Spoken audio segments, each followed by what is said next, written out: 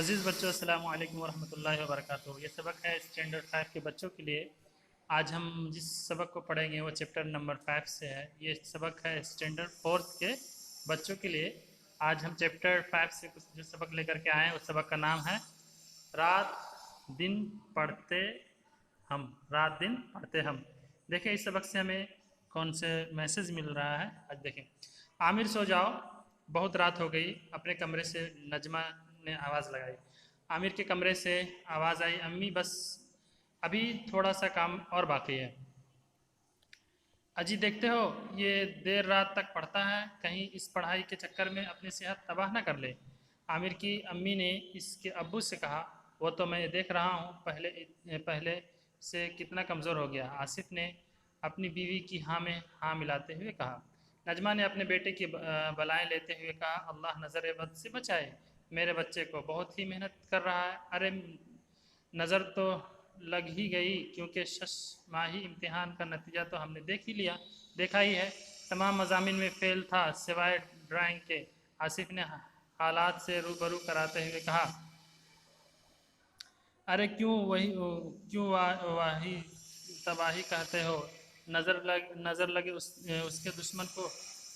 आमिर की अम्मी ने बड़े लाड से कहा, भाई तुम देखना रात रात भर पढ़ने के बाद भी इतने कम नंबर आते हैं, ये नज़र नहीं तो और क्या है।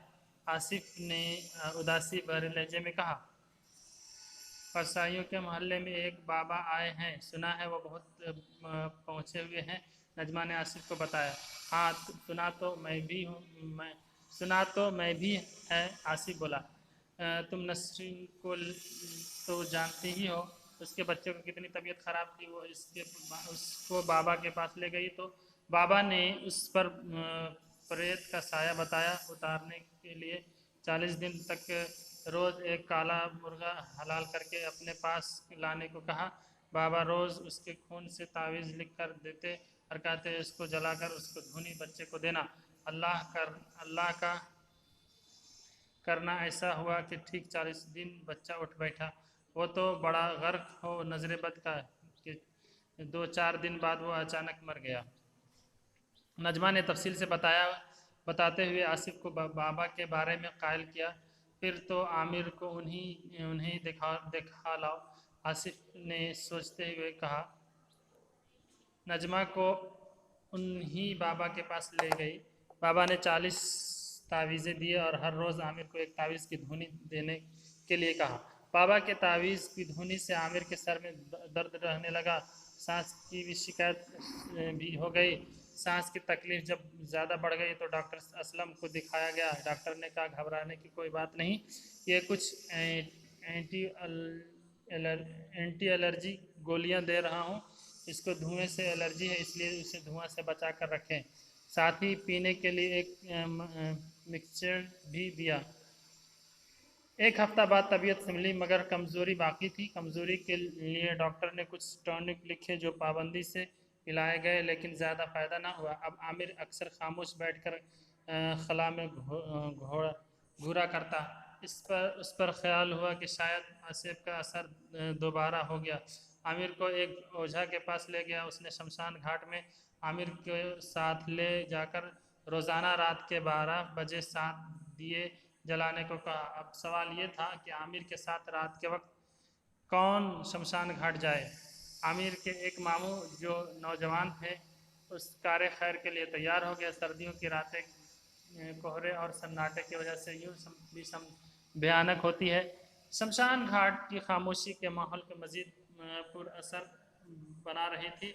शमशान घाट के करीब पहुंचकर मामू भांजा दोनों के जिस्म में खूब खौफ की एक लहर दौड़ गई, मगर हिम्मत करके शमशान घाट के करीब पहुंचकर मामू भांजों दोनों के जिस्म में खूब खौफ की लहर दौड़ गई, मगर हिम्मत करके आगे बढ़ते गए। अभी शमशान घाट कुछ दूर ही पर था। हर तरफ काले काले साए महसूस हो रहे थे। हवा साए साए कर रही थी। कुत्तों के भूखने के साथ साथ गिद्धड़ों की आवाज़ भी सुनाई दे रहे थे। चमगादड़ के इधर उधर उड़ने से जो फड़फड़ाहट हो रही थी उसने माहौल को और भी हौलनाक बना दिया था। अचानक दूर से किसी झाड़ के हिलने की आवाज़ आई। कोई काली सी चीज़ तेज़ी से रास्ता पार करते हुए नजर आए। आमिर की नज़र जैसे उस पर पड़ी वो बेहोश हो गया। अब मामू के सामने एक मसला खड़ा हो गया। दिए जलाना भूल गए। वो बेहोश आमिर को कंधे से पर डालकर घर की तरफ चल पड़ा। घर पहुंचते ही कोहराम मच गया। नजमा का रो रो कर बुरा हाल हो गया। अरे कोई डॉक्टर को बुला, मेरे आमिर को क्या हो गया। एक बार तो आसिफ भी परेशान हो गए। एक बार को तो आसिफ भी परेशान हुए। किसी ने कहा ओझा को बुलाओ, किसी ने कहा मौलवी को बुलाओ। गर्ज जितने मुंह उतनी बातें। इतने में आमिर को होश आ गया। तब जाकर सबकी जान में जान आए। दिन गुजरते गए। आमिर की तबीयत बदस्तूर निढाल हुई रही। सालाना इम्तिहान हुआ। उसका नतीजा भी फेल की शक्ल में ही था। किसी ने मशवरा दिया कि उसको किसी पहाड़ी मकाम के शहर को भेज दिया जाए, मुमकिन है तबीयत में बेहतरी आ जाए। आमिर को इसके मामू के साथ शिमला भेज दिया गया। उनके जाने के बाद नजमा ने सोचा कि आमिर का कमरा साफ किया जाए ताकि वापसी पर उसे साफ सुथरा माहौल वो मिले। वो अलमारी से किताबें निकाल कर झाड़ू पोंछ करने लगी। अचानक किताब में एक कुछ रंगीन तस्वीर निकलकर नजमा के पैरों पर गिरी। उसने उन्हें उठाकर देखा कि कुछ फिल्म एक्टर्स की कुछ खिलाड़ियों की तस्वीर थी। किताबें उठाए तो उनमें से कॉमिक्स रखी थी। नजमा ने वो किताबें और तस्वीर ले जाकर आसिफ को दे दी, जिनको देखकर आसिफ ने अपना सर पकड़ लिया। अब आमिर के फेल होने की वजह उनकी समझ में आ गई और कहा उठे, रात दिन पढ़ते हम, नंबर फिर भी कम। अब देखें, हमें रात दिन पढ़ने से वो चीज़ें हासिल नहीं होती जो चीज़ें हमें सही तरीक़ों से करनी पड़ती हैं। इस सबक का महाअसल ये है कि हमने जो सबक पढ़ी है, इस सबक में मेन बात यह है कि हमें अपने हिसाब से और अपने अहम चीज़ों को ही हासिल करने चाहिए और वक्त को गलत चीज़ों में इस्तेमाल नहीं करने चाहिए, नहीं तो बहुत ही ज़्यादा परेशानियों का सामना करना पड़ेगा। अब देखें, इस सबक में जो है हमें दिल लगाकर पढ़ना चाहिए। फजूल की बातों में वक्त बर्बाद नहीं करने चाहिए, नहीं तो इसका बहुत बुरा असर होता है। उसके अलावा अल्फाज माने देखें, नज़र बद के माना होता है बुरी नज़र, धूनी के माने होता है किसी चीज़ को धुआं करना, धुआं देना। बड़ा बेड़ा गर्क होना, तबाह बर्बाद होना, शमशान घाट, मुर्दों को जलाने की जगह। एलर्जी किसी चीज़ से जिस्म में किसी रद्द अमल का जोर पजीर होना। हौलनाक के माना होता है खौफनाक, जितने मुँह उतनी बात, मुख्तलिफ राय, निढाल, सुस्त, थका हुआ, मुमकिन जो हो सके। इन्हीं अल्फाज और माने के साथ ये सबक मुकम्मल हुआ। फिर मिलेंगे अगले सबक में इसी चैप्टर से इंशाअल्लाह। अस्सलामु अलैकुम वरहमतुल्लाह।